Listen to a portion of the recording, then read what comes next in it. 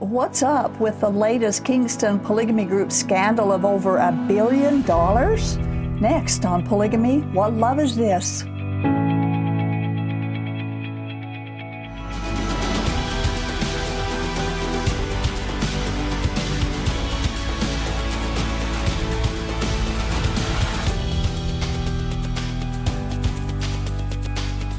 As most of our viewers know, we don't show favoritism.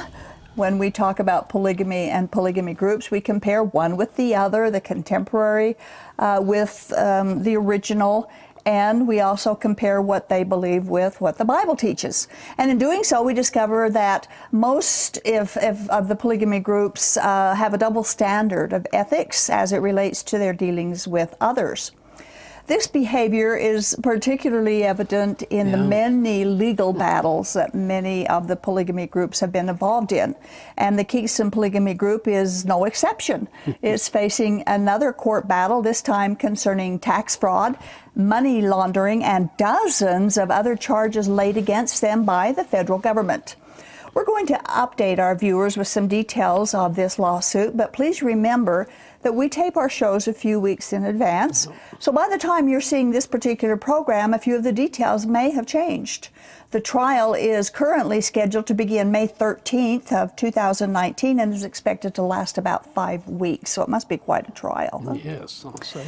As we discuss some of the illegal activities of the two Kingston brothers, Jacob and Isaiah, and a couple of Kingston women who have also been charged with criminal activity. Also keep in mind that the Kingstons, all the other polygamy groups, as well as the LDS Church, each claim to be God's kingdom. Each claim to be God's true and holy church. And as they each claim this without any kind of apology that's right. from that. But when we see so much sexual assault, sexually oriented temple questions to adolescents by the LDS, and their men in authority caught up in sex scandals and deceit and food stamp fraud and underage marriages in the polygamy groups, do they really think that that's what the God's kingdom is like? Is Mormonism a good representation of God's kingdom? Well, the Kingstons have also claimed that their principal religious creed is the Golden Rule. Well, this is what the Golden Rule is. Yeah, this is what Jesus said in Matthew 7:12. Therefore, whatever you want men to do to you, do also to them, for this is the law and the prophets. So that's the Golden Rule. Right. And that's what that has been dubbed the Golden Rule. It doesn't say that in the Bible, but that's what people have been calling it for decades, I guess. But they claim the Golden Rule is the basis of their religion. But has anyone noticed that how they treat others? You know, I was born and raised in that group, and we've had guests on our program from that group. Refugees who have escaped from the Kingston Polygamy Group have testified that they are not treated very well by them at all. Sure. And I personally can say the same thing. They do not treat others as they themselves would like to be treated. In fact, they treat others with cruelty, disdain, judgmental arrogance. They use shame, condemnation, and fear and guilt and threats as their tools to keep people in line and to steer the young girls into their prearranged polygamous marriages. Well, that's not how to live out the Golden Rule. No. Washakie Renewable Energy is a Kingston-owned business. Jacob Kingston is the CEO of Washakie, and Isaiah Kingston is the CFO. Federal prosecutors have charged that the Kingstons and a third person who is not part of the Kingston group conspired to defraud the government of up to $1.1 billion in biofuel tax credits. Amazing. Jacob Kingston, who is the primary defendant in the $1.1 billion fraud case, is waiting trial in the Weber County Jail, and he offered a $10 million bail guarantee if he could be released from jail until his trial. Now, a $10 million bail is not the amount or an amount set by the court. It is a freely offered amount set by Jacob Kingston himself. Now, originally, the judge ordered that he remain in jail until the trial with no chance of release on bail because he is considered a flight risk. In fact, when he was arrested, it was at the airport holding tickets for Turkey. Yeah. So we find it interesting that these Kingston boys would voluntarily offer $10 million for bail. Where does that kind of money come from? Yeah. We quote from a Standard Examiner news article. But on Friday, attorneys for Jacob Kingston Washakie's CEO filed documents urging the court to free him under strict conditions pending trial. In the motion, Kingston promised to sign a $10 million bond, which also would be co-signed by 45 members of Kingston's extended family who exert powerful moral suasion over him. The Kingston clan has extensive business holdings throughout the West, federal prosecutors have said. 10 million. 10 million, yeah. Now, you need to know that the fathers in the Kingston polygamy group, the polygamous fathers, seldom support or feed their polygamous families.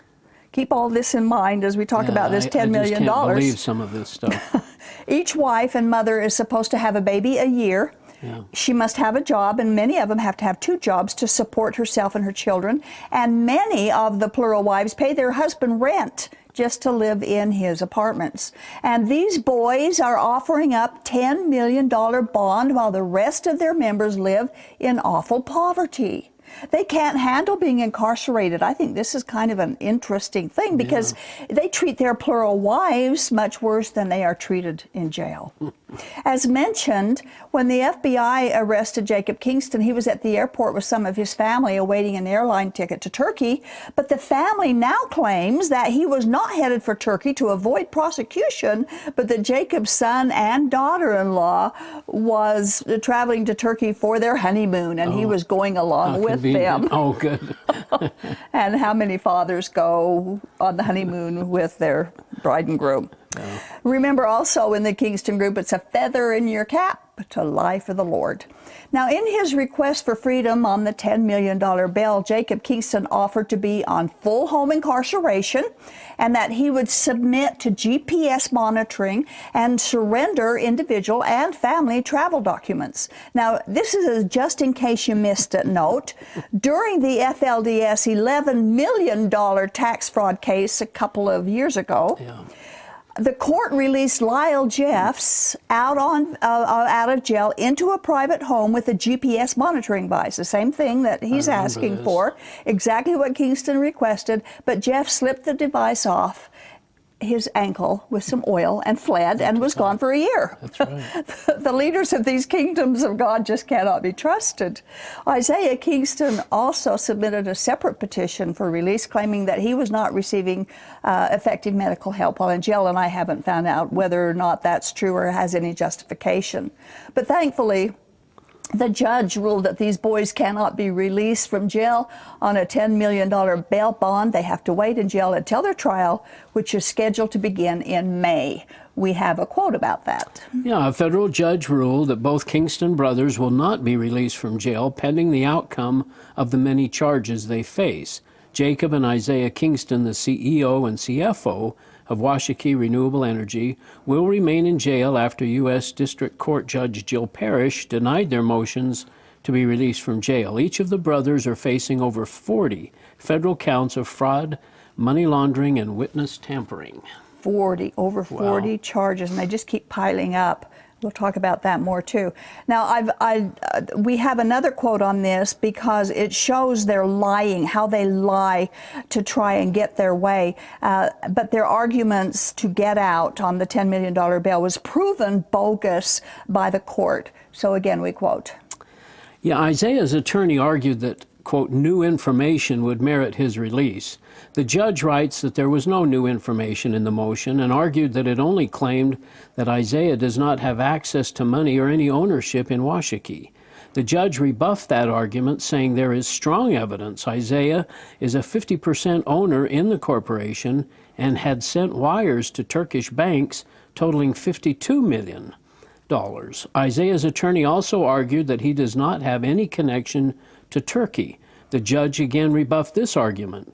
quote, given that evidence shows Isaiah personally transferred at least $52 million from Washakie's accounts to Turkey, this suggests a connection to Turkey parish, the judge wrote. Right. So they found again that they were lying to get their own way. The judge noted that the government presented evidence that the Kingston boys made false statements to conceal Washakie's assets in Turkey, and they tried to bribe government officials and also tried to hire an enforcer to intimidate witnesses. So that's part of their charges. On these grounds, the judge denied their offer to post a $10 million bail for release. Now, in these groups, very often the end justifies the means, and they claim to be God's holy people. Again, it doesn't like matter you how say, they do it, lie as long for as the Lord. lie for the Lord. That's exactly it. And it's time they got caught in their own lies, and that's what's happening. The original indictment was in August of 2018, alleging a $511 million fraud. But as it turns out, $511 million has become $1.1 billion in fraud. Yeah, since their arrest, the federal indictments just keep coming. In November, a superseding indictment alleged the three had stolen even more money. The amount allegedly stolen grew to $1.1 billion in tax credits. Each of the three were charged with more counts of money laundering. Yet another superseding indictment in January piled more charges against the Kingston clan. This time, other members of the Kingston family would be charged, including the Kingston's brother's mother, Rachel Ann Kingston, and Jacob's wife, Sally Louise Kingston. Rachel Kingston is charged with attempted conspiracy to commit mail fraud, money laundering, bank fraud, and obstruction of justice by destroying records. The indictment accused Sally Kingston of one count of mail fraud and one count of money laundering. The government has also moved to seize much of Washakie's and the Kingston's assets. This includes the Washakie Renewable Energy Plant in Box Elder County, more than 500 acres of undeveloped land nearby, mansions in Sandy, Utah, and Huntington Beach, California, a Bugatti Veyron, I don't know how to say that exactly, but 2 Lamborghinis, a Ferrari, and 6 Kenworth trucks, among other assets. And this is mind-boggling. Lamborghinis, all that's of just that. what they need. Yeah, just what they need. And by the way, I need to mention Rachel Ann Kingston was mentioned in this. We've had a lady, Rachel Kingston, on our show a few times. This is not the same person at all. But Good to mention that. Yeah. But anyway, I just thought I would mention that. But, you know, coming from that group and seeing the poverty that they're still in, we were raised in poverty, and they still do raise their families in horrible poverty. It's hard to imagine so much luxury, so many millions of dollars available to these polygamous men, mansions in Salt Lake City and California, acres and acres of land that they own, and luxury foreign expensive sports cars, while the normal member of the Kingston group lives in miserable poverty with no hope of it ever getting better. And more information, of course, will likely come out as the investigation continues and the trial begins. The inner workings and the secrets of the Kingston polygamy group were always mysterious, not only to the members, but certainly to people who are outside of the group and don't understand Mormon polygamy culture and, of course, the United Order. Now, lawyers say that Washakie has not produced any biofuels at all, even though that was supposed to be their business. The government claims that the scheme was to cheat taxpayers out of as much money as they could. The Kingstons are accused of stashing millions of dollars in bank accounts in Turkey, which is where they were planning to flee if they needed to avoid prosecution. What a plan. Yeah, what a plan. It's really odd they'd send that much money there, and so they could live in luxury and leave their members behind to continue to live in their poverty. The wives and the children. Yeah. You know, we've talked before a while back on at least one of our shows about the political contributions that the Kingston Polygamy Group has made. But as a reminder, we want to quote from Fox 13 News. Yeah, back in 2016, Fox 13 found Washakie Renewable Energy was a major contributor on Utah's Capitol Hill, making numerous political donations to members of the state legislature, the governor, attorney general, and the Utah Republican Party.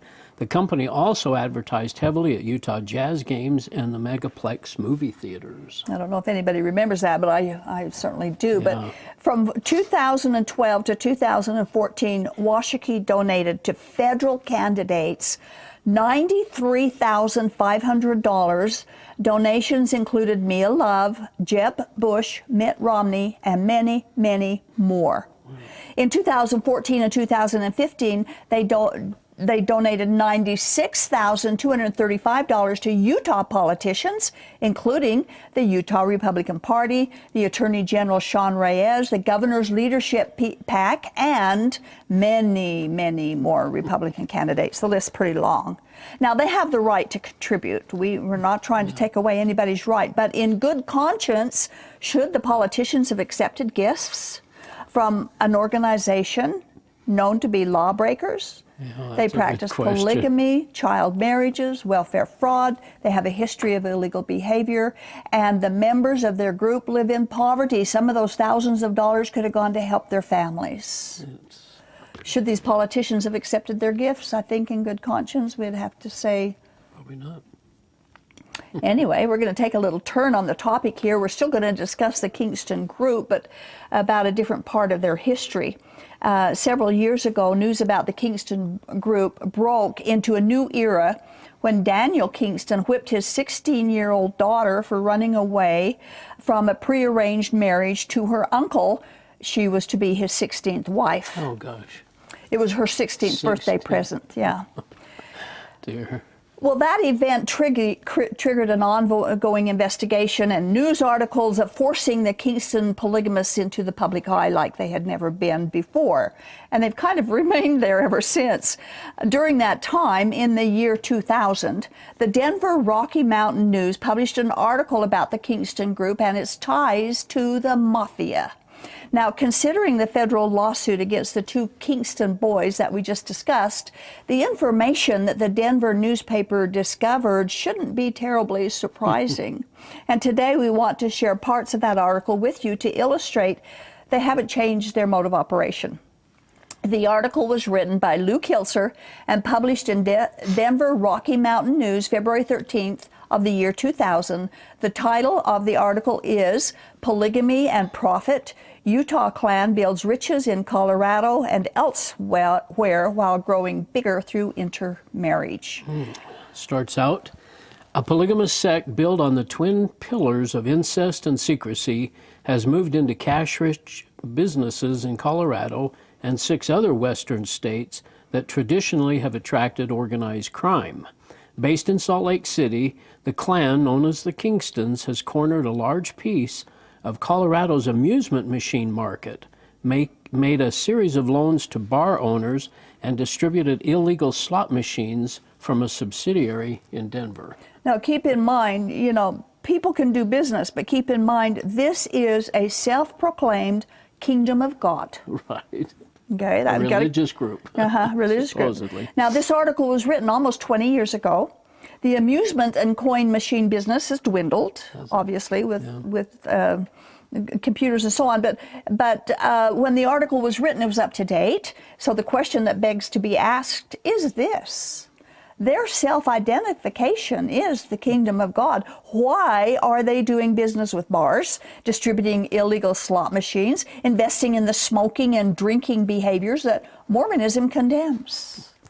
I'll say right now, before we even get there, the Kingstons denied all the activities this article investigated, uncovered, and reported. But considering their subsequent troubles with the law and the upcoming federal trial alleging over $1 billion in tax fraud and money laundering, we have to conclude that they do lie about their activities. In fact, their policy, which I myself heard growing up in the Kingston group, is that lying for the Lord to protect the group is a righteous thing to do. Obviously, we dare not trust what they say. Another quote. Continuing on, the Kingston Empire, one seemingly built on contradictions, mixing God with gambling, great wealth with abject poverty, an aversion to liquor with the funding of bars. Beyond all else, these deeply religious people who shun worldly possessions are tough business competitors. And they are, especially when they hire people to come break your knees backwards to get things done. They're not only tough business competitors, they're tough ministers of what they call God's only true religion. They're cruel, they're angry, they're controlling, and to make it worse, they are shrewd businessmen. They operate their business with cheap labor from their polygamy group members, and then they turn around and demand the wages they pay their members to be turned back into the group coffers so that they can turn around and use it to pad their own lifestyle and invest in more businesses. United order kind of stuff. Yes, right? Yes. The workers who give so much to the Kingston's growth live in poverty. They dumpster dive in order to feed their families. They discourage members from spending any money. In fact, they have a slogan that says, if we don't have it, you don't need it. And so the riches of their group are attained on the backs of slave labor, poverty, and deprivation. What did Jesus say about that kind of behavior? Yeah, we find this in Matthew 19, verses 23 and 24. Then Jesus said to his disciples, I tell you the truth, it is hard for a rich man to enter the kingdom of heaven. Again, I tell you, it is easier for a camel to go through the eye of a needle than for a rich man to enter the kingdom of God. Their goal is to get richer and richer while still claiming to be God's kingdom. Yeah. It's contradictory. They teach their members that all money, property, and assets must be consecrated to the group, which they call the law of consecration. And if they don't succeed financially, God's kingdom will fail, which means Jesus has failed. How arrogant is that? That Jesus' success depends upon the Kingstons? We continue to quote from the article. The Kingstons say their business enterprises are based on solid and legal grounds. Our growth has been the result of hard work and careful planning, they say, and most of all, making sure that all of our dealings were handled with honesty, integrity, and a high level of customer service, said Eldon Kingston, who runs the group's amusement machine business. The Kingston's main Colorado operation comes under the umbrella of a company named Mountain Coin Machine Distributors, which in turn is owned by Las Vegas-based World Enterprises, Inc. The close-knit group has spread its wealth into at least 35 corporations in Utah, 21 in Nevada, and several more in 5 other states. The Kingstons own or lease coal mines, accounting firms, finance companies, a garbage collecting business, pawn shops, bail bond firms, poker parlors, and large cattle ranches. They financed a $510,000 no-down payment loan to a company that federal investigators said was also receiving funds from Denver's Smalden La Costa Nostra syndicate, Mafia. Mafia, yeah, Mafia ties. Somehow through all this, we find that there are Mafia ties. Now, again, we've got all of this lucrative business ownership that they have. And of course, the numbers have changed in the past 20 years. And Eldon Kingston, who is quoted quite frequently in this article, he died several years ago. And Mountain Coin Machine Distributors has since gone out of business. But building the kingdom of God on business ownership and piles of money and forced polygamy is not the way to get to heaven. He's met his reward, hasn't he? Yeah, he found out that the Kingstons are not who they claim to be, that God alone is, and Jesus Christ, of course, being God alone, is the power and authority. Yeah. Now, Eldon Kingston denied that they were associated with organized crime, with any crime family or any other illegal activity. Yeah. But polygamy is illegal. That's right, to start with. To start with, polygamy is illegal. And everyone knows that they are involved in that particular illegal activity. And their men have gone to jail, some of their men have gone to jail and to prison for illegal activities such as incest, underage marriages, and they have been charged with welfare and food stamp fraud. And they are now in court for IRS fraud. Eldon Kingston lied. This is so funny in a way. Why would a deeply religious group whose members would not dream of wasting their money gambling, drinking, or dropping quarters into Mortal Kombat game machines and jukeboxes engage in such businesses? The answer is simple, said Scott Stoddard, an engineer who spent 25 years in the Klan before quitting. They believe they are converting money from profane uses to God's uses. The Kingstons believe they are the chosen people who will inherit the earth in the last days. Until then, they will speed the way to the end by corrupting the Gentiles. Isn't that something? Logic. Yeah, they speed Jesus' return by corrupting the Gentiles. Yeah. God's way is redemption. It's forgiveness, it's grace, it's love. But the Kingstons' way is purposely corrupting other people for money.